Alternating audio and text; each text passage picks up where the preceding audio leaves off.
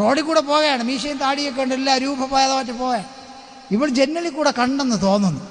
പ്രാർത്ഥിക്കുന്ന ഇവൾ ചെന്ന് ദൈവത്തോട് പ്രാർത്ഥിച്ചു, ദൈവമേ, ഒരു ദൈവ പൈതലിനെ കെട്ടാനല്ലേ ഞാൻ പ്രാർത്ഥിച്ചത്, ഈ കാണ്ടാമൃഗത്തെയാണോ എനിക്ക് ഒരുക്കി വെച്ചിരുന്നത്?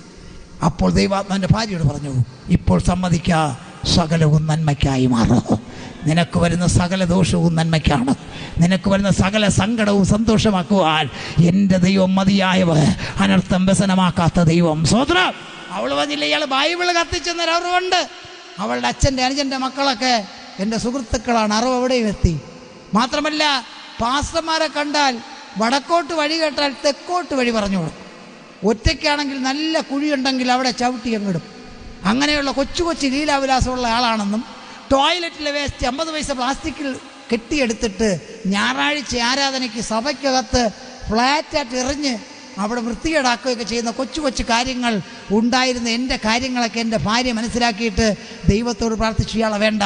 ദൈവാത്മാവോട് പറഞ്ഞു, ജാതികൾക്കിടയിൽ സുവിശേഷം അറിയിക്കാൻ ഞാൻ തിരഞ്ഞെടുത്തിരിക്കുന്ന പാനപാത്രമാകുന്നു ഇവൻ. ഹല്ലേലൂയ.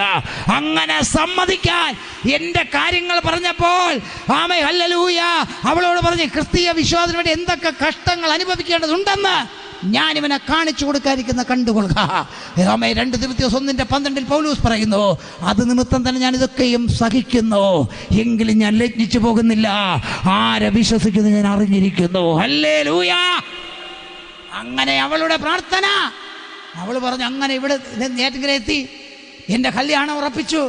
അന്നോട്ട് അവൾ പ്രാർത്ഥിച്ചത്, ഇവിടെ പ്രകടിപ്പിക്കാൻ കഴിയാത്ത എൻ്റെ വിശ്വാസം കല്യാണം കഴിഞ്ഞ് ചെന്ന് കയറുന്ന വീട്ടിലെങ്കിലും പ്രകടിപ്പിക്കാൻ നീ എനിക്കൊരവസരം തരണം.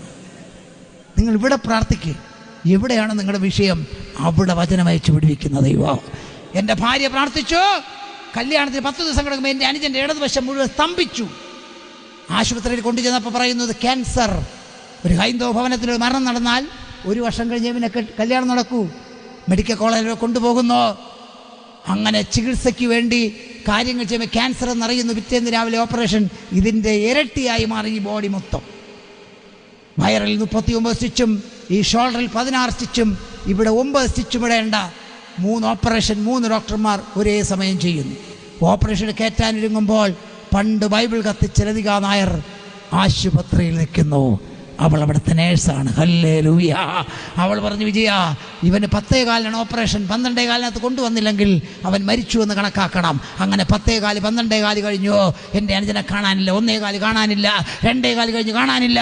2:45 മണി വരെ കാത്തിരിക്കുമ്പോൾ അതിനുശേഷം കൊണ്ടുപോയവരെല്ലാം പുറത്തു കൊണ്ടുപോയപ്പോൾ എൻ്റെ അനുജനെ കാണാനില്ല. സമയം കുറച്ചു കഴിഞ്ഞു.